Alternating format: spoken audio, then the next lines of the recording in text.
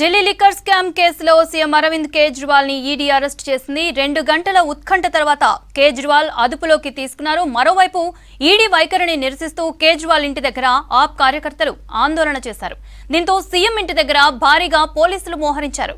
ప్రధాని మోదీ కుట్రలో భాగంగానే అరెస్టు చేశారన్నారు ఢిల్లీ మంత్రి అతిషి. కేంద్రం ఎన్ని కుట్రలు చేసినా కేజ్రీవాలే ఢిల్లీ సీఎంగా కొనసాగుతారన్నారు. జైలు నుంచి అరవింద్ కేజ్రీవాల్ పరిపాలన కొనసాగిస్తారని మంత్రులు ప్రకటించారు. అరెస్టుకు సంబంధించిన మరిన్ని అప్డేట్స్ మదార్ అందిస్తారు. మదార్, అప్డేట్స్ ఏంటి?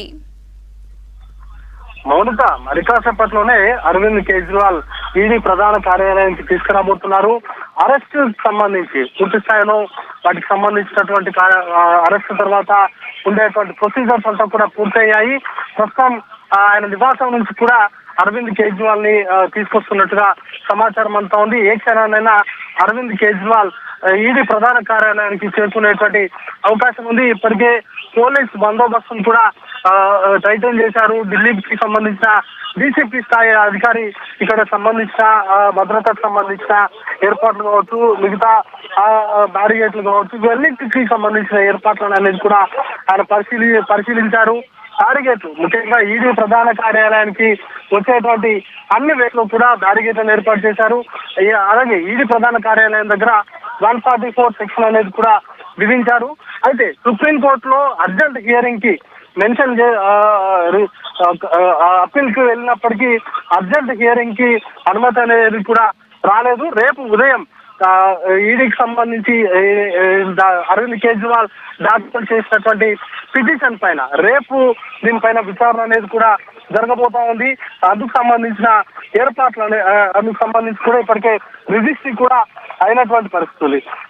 ఇంకా కీలకంగా ఈ కేసుకు సంబంధించి అనేక ఆరోపణలు ఉన్నాయి. అరవింద్ కేజ్రీవాల్ కు సంబంధించి కావచ్చు, లేకపోతే ఆమ్ ఆద్మీ పార్టీకి సంబంధించినటువంటి నేతల ప్రమేయానికి సంబంధించి కావచ్చు, వీటిపైన పూర్తి స్థాయిలో ఆధారాలు ఉన్నాయంటూ కూడా ఈడీ ఇప్పటికే అరెస్టుల పర్వం చేసింది. గతంలో ఆమ్ ఆద్మీ పార్టీకి సంబంధించిన కీలక నేతల్లో ఒకరైన మనీష్ సిసోడియా ఆమ్ ఆద్మీ ఇప్పటికే కస్టడీలో ఉన్నారు.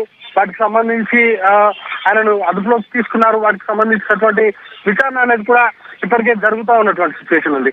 ఇక ఓవరాల్ గా చూసుకున్నట్లయితే ఈ కేసుకు సంబంధించి ఒక కీలక పరిణామము కొంత వేగవంతం చేసింది ఇటీవల సుప్రీంకోర్టు గైడ్ లైన్స్ కావచ్చు, లేకపోతే ఇతర అంశాలకు సంబంధించి కూడా చాలా సీరియస్ గా ఉంది.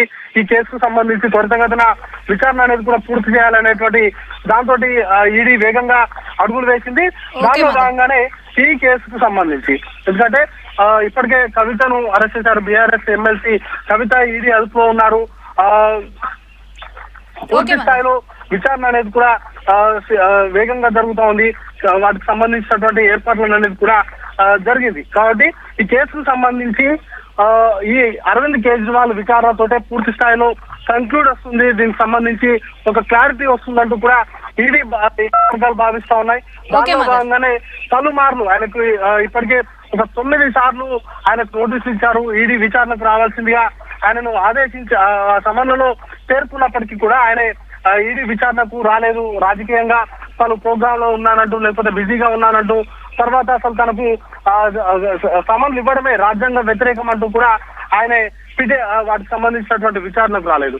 దానికి సంబంధించి ఇప్పుడు సీరియస్ గా ఉంది ఈడీకి సంబంధించి. ఎందుకంటే సుప్రీంకోర్టు గైడ్ లైన్స్ ఉంది, త్వరితగతిన విచారణ పూర్తి చేయాలనేటువంటి ఆదేశాలు ఉన్నాయి.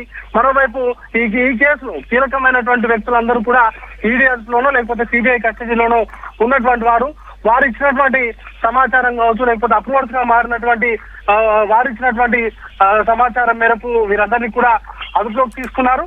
దానిలో భాగంగానే మరి కాసేపట్లో అరవింద్ కేజ్రీవాల్ ని ఈడీ ప్రధాన కార్యాలయానికి తీసుకొచ్చిన తర్వాత రేపు ఆయన్ని రౌజ్ అవెన్యూ కోర్టు ముందు ప్రవేశపెడతారు. ఆయనకు సంబంధించినటువంటి కస్టడీకి సంబంధించి ఎందుకు తీసుకున్నారు, పోలీసులు ఎందుకు, ఈడీకి సంబంధించినటువంటి అధికారులు ఎందుకు అరెస్ట్ చేయాల్సి వచ్చిందనే దానిపైన పూర్తి స్థాయిలో వారికి క్లారిటీ అనేది కూడా ఇస్తారు.